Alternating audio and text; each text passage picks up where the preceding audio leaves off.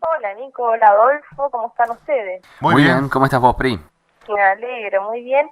Y bueno, nosotros sabemos que las experiencias de enseñanza durante la pandemia han sido muy diversas y ahora vamos a conocer y compartir la herramienta que implementó una materia de la Universidad Nacional de San Luis para que esa experiencia fuera más adecuada a la realidad que existe del otro lado de las pantallas, la realidad del estudiante. El equipo de cátedra de la materia Semiopatología 1, que se dicta en la carrera de Kinesiología y Fisiatría, elaboró un cuestionario a principios de mayo que le permitió conocer un poco más sobre la situación de los estudiantes en relación a 4 grandes áreas que podrían influir directa o indirectamente sobre el proceso de aprendizaje. Tenemos comunicación ahora con Gisela Franci, quien es la docente de la materia Semiopatología 1 de la carrera de Kinesiología y Fisiatría de la Facultad de Ciencias de la Salud. Buenos días, Gisela, ¿cómo estás? Hola, buenos días a todos. No sé si se escucha bien. Se escucha bien, un poco de eco, pero se te escucha claro. Y bueno, Gisela, contanos cuáles fueron las razones para elaborar este cuestionario y cuáles son esas áreas en las que se agruparon las preguntas que les realizaron a los estudiantes. Bueno, muchísimas gracias primero por brindarnos el espacio. Este año la verdad que nos encontró de manera inusual, viviendo todo, una emergencia sanitaria que en un primer momento nos hizo volver a casa y nos hizo replantear y desafiar nuestra manera de trabajar y en el caso de los alumnos de aprender. Y bueno, nosotras, la materia está conformada bajo mi responsabilidad con una docente auxiliar, la doctora Inés Blanchet, y nosotras automáticamente nos pusimos en conocimiento de la modalidad virtual, revertimos toda la materia para poder llegar de esa manera, siempre pensando en lo pedagógico. Y a medida que van pasando las semanas, en un momento hablamos con Inés y dijimos, bueno, ¿y cómo están los chicos? Porque ahora nosotras enseñando también estábamos viviendo un montón de cosas, en ese momento nos encontrábamos en fase 1, todo era muy incierto, un poquito más de lo que es ahora. Entonces empezamos a pensar de qué manera podíamos llegar a los estudiantes que en otro momento hubiéramos podido acceder de manera presencial y hoy no estábamos pudiendo tener ese contacto directo. Más allá que desde la materia se brindaban un montón de espacios, no solamente el aula virtual, sino que también tenían un correo electrónico, había un blog donde se comunicaba toda la información. Entonces empezamos a armar este cuestionario, también participó otra docente de la carrera, que es docente auxiliar de anatomía palpatoria, y a su vez también se sumó mi hermana, que es psicóloga, y ella nos ayudó a darle la vuelta a cada una de las preguntas, porque nosotros más allá de la materia queríamos saber cómo estaban los chicos. Entonces estas 4 áreas que vos nombrabas, Priscila, fueron en relación, preguntas que estaban directamente relacionadas con el confinamiento en sí. Queríamos saber cuáles eran las emociones que estaban atravesando estos chicos, con quiénes se encontraban, porque decíamos, bueno, muchos tuvieron que volver a su hogar y quizás otros se tuvieron que quedar acá aislados y están fuera del contacto directo con sus familias y con sus amigos. Y también queríamos saber dentro de esta esfera, bueno, cómo estaban manejando los tiempos, cuánto tiempo era dedicado para el estudio, cómo estaban durmiendo, cuánto tiempo estaban en contacto con las pantallas, a quienes no podían ver, a quienes necesitaban ver en ese momento. Después también obviamente nos pasamos a una secundaria ya de preguntar en relación a la carrera en sí, bueno, a ver en qué lugar de la carrera se encontraban, cuántas materias estaban cursando, si les convenció o no la modalidad virtual de las materias que estaban cursando, si podían resolver día a día lo que se les iba presentando en cuanto a dificultades que podían aparecer desde el soporte o la conexión a internet, el acceso a todas las materias al mismo tiempo. Y ya después nos metimos en una tercera área que era ya preguntas relacionadas a nuestra materia. Y dijimos, bueno, a ver, escuchemos, veamos qué nos devuelven. Estamos dando una materia y no sabemos realmente si podemos llegar a los estudiantes. Sentémonos a escuchar o a leer si tenemos fortalezas y cuáles son todas nuestras debilidades. Y por último también hicimos preguntas relacionadas a la universidad, porque la universidad brinda un montón de beneficios a los estudiantes, como por ejemplo el acceso al comedor universitario, la posibilidad de acceder a una biblioteca inmensa, donde pueden ellos no solamente llegar a mucha bibliografía, sino además también pasar muchas horas para poder estudiar, porque en sus hogares quizás no es posible, el polideportivo para acceder a un montón de deportes, las becas de perfeccionamiento y pasantías. Entonces, bueno, queríamos cuestionar y hacer todas estas preguntas, y por suerte del grupo, del total de alumnos que estaba en ese momento cursando Semiopatología 1, un 80% accedió y respondió. ¿Cuántos estudiantes son en total y cuánto representa ese 80%?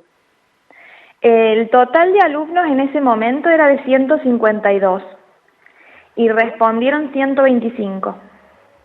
Bien. Y bueno, ¿cuáles fueron las respuestas ante todas estas preguntas que mencionabas?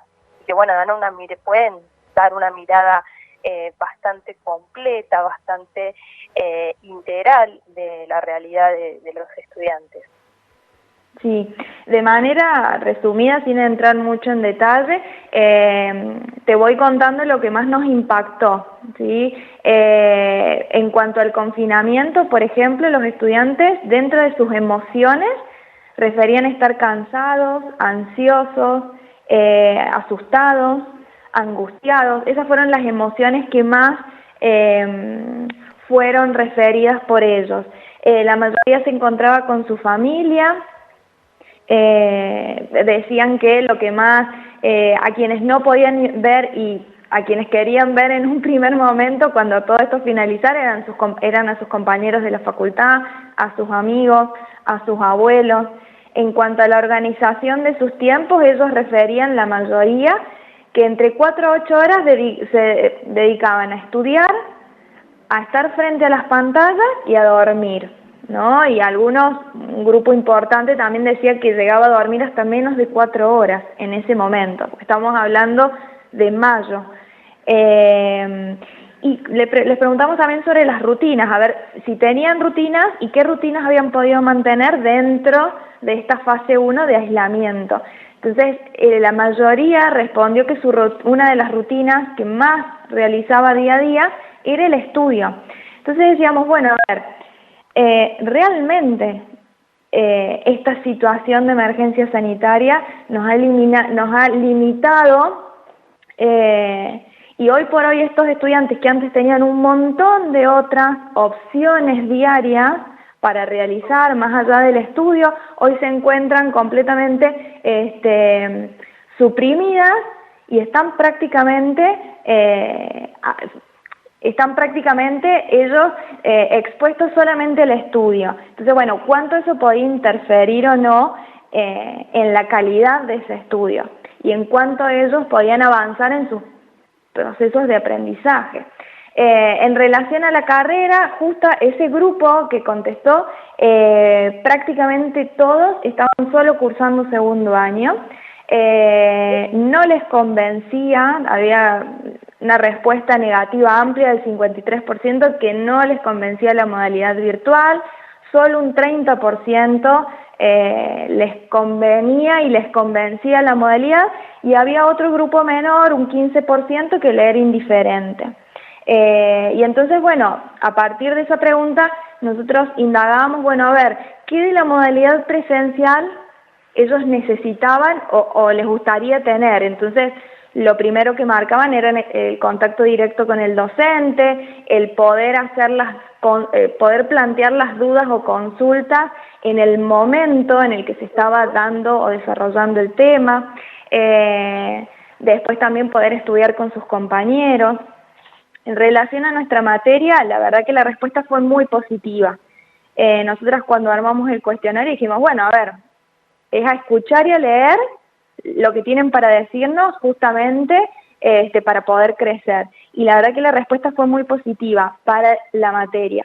solo un 4%, 5 estudiantes, no les convencía nuestra modalidad virtual, ¿no? Porque cada materia se maneja y crea estrategias pedagógicas personales y particulares. Entonces, bueno, tuvimos una respuesta positiva, pero a su vez les dábamos un espacio para decir, bueno, a ver, ¿qué necesitan? ¿Qué más necesitan? Entonces, por ejemplo, nos planteaban, bueno, tener guías de estudio, tener más espacios de consulta, más allá de los que ya estaban brindados, y en base a eso que nos plantearon nosotros en la segunda mitad del año, pudimos generar un espacio de tutoría.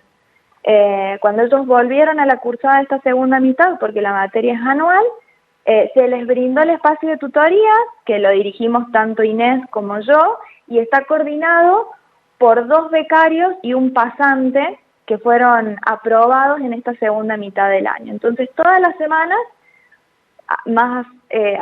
se le suma a estas clases teóricas, prácticas, el espacio de consulta, se le suma este espacio de tutoría donde los chicos pueden no solamente plantear dudas, sino también poder practicar, poder encontrar un soporte para buscar en la bibliografía, para poder acceder a evidencia bibliográfica en Internet, para poder repasar, porque están a la par, porque los 2 becarios son estudiantes avanzados y el pasante es un chico que acaba de recibirse, entonces por ahí el tener el acceso a personas que están un poquito más cerca en esta relación asimétrica, ¿no?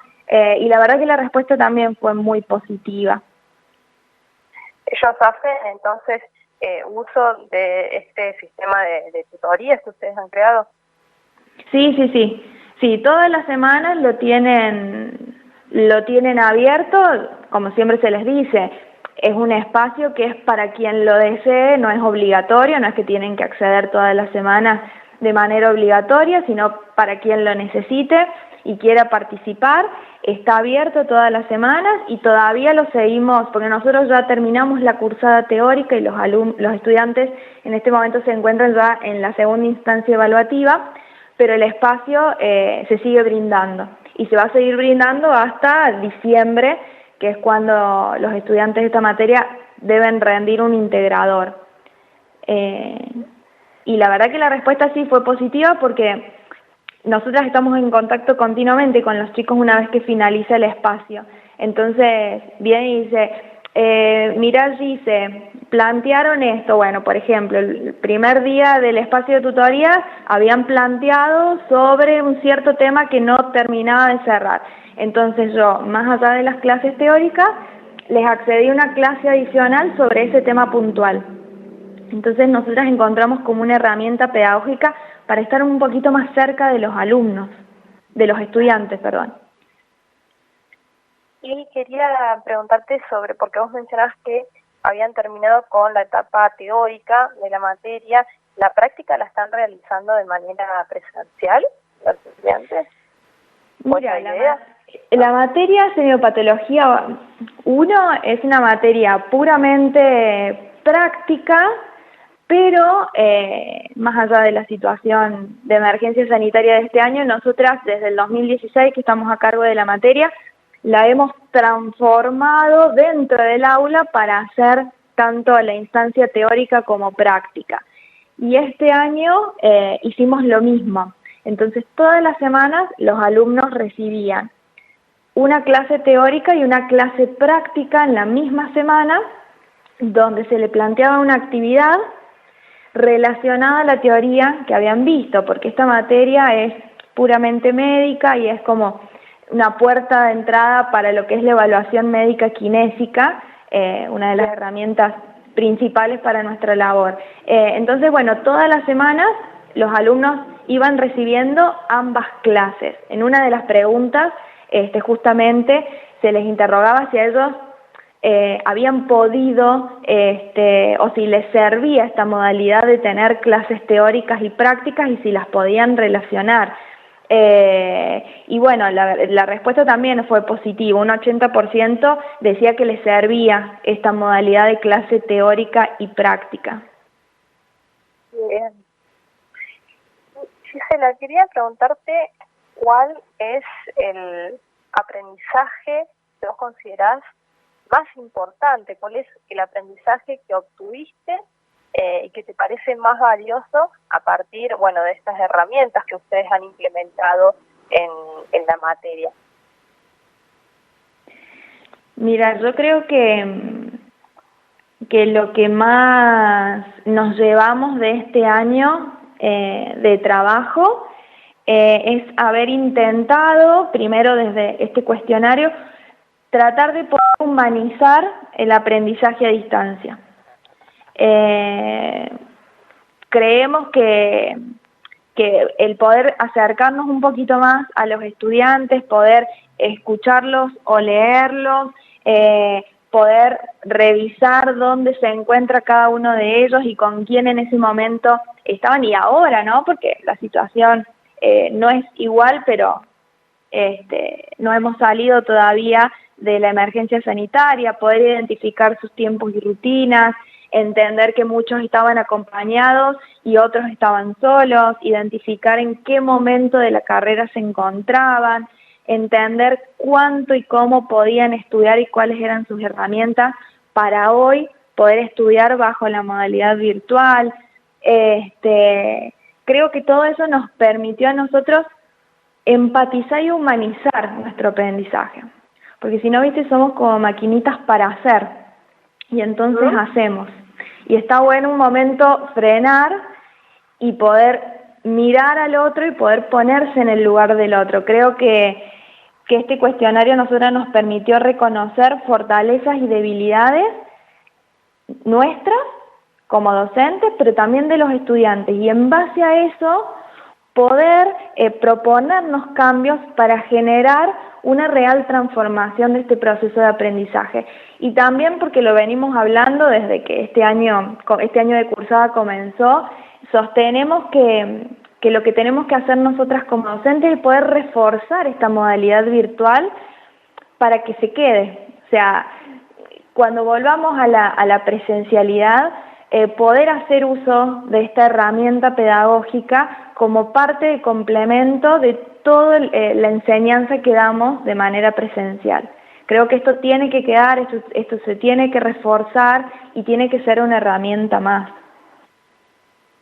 Gisela, nos quedamos con este aprendizaje que has obtenido a partir de la implementación de estas herramientas que, como bien decías, buscan conocer al estudiante y humanizar la enseñanza y el aprendizaje.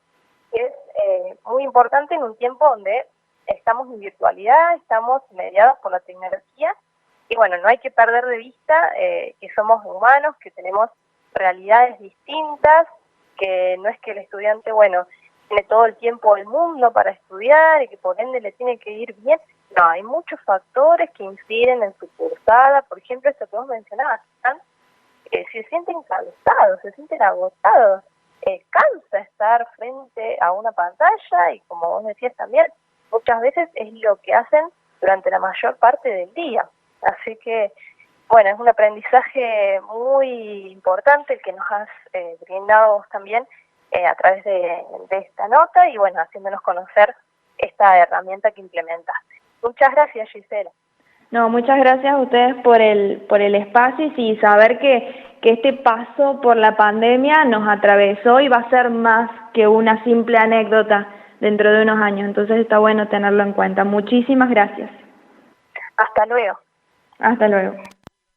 Escuchamos a Gisela Franci, quien es docente de la materia Semiopatología 1 de la carrera de Kinesiología y Fisiatría de la Facultad de Ciencias de la Salud de la Universidad Nacional de San Luis, y que nos hablaba acerca de, bueno, cuáles fueron los resultados del cuestionario que en su materia se aplicó a principios de mayo con los estudiantes, bueno, para conocer, por supuesto, su realidad y cómo, bueno, los distintos factores pueden influir directa o indirectamente sobre el proceso de aprendizaje.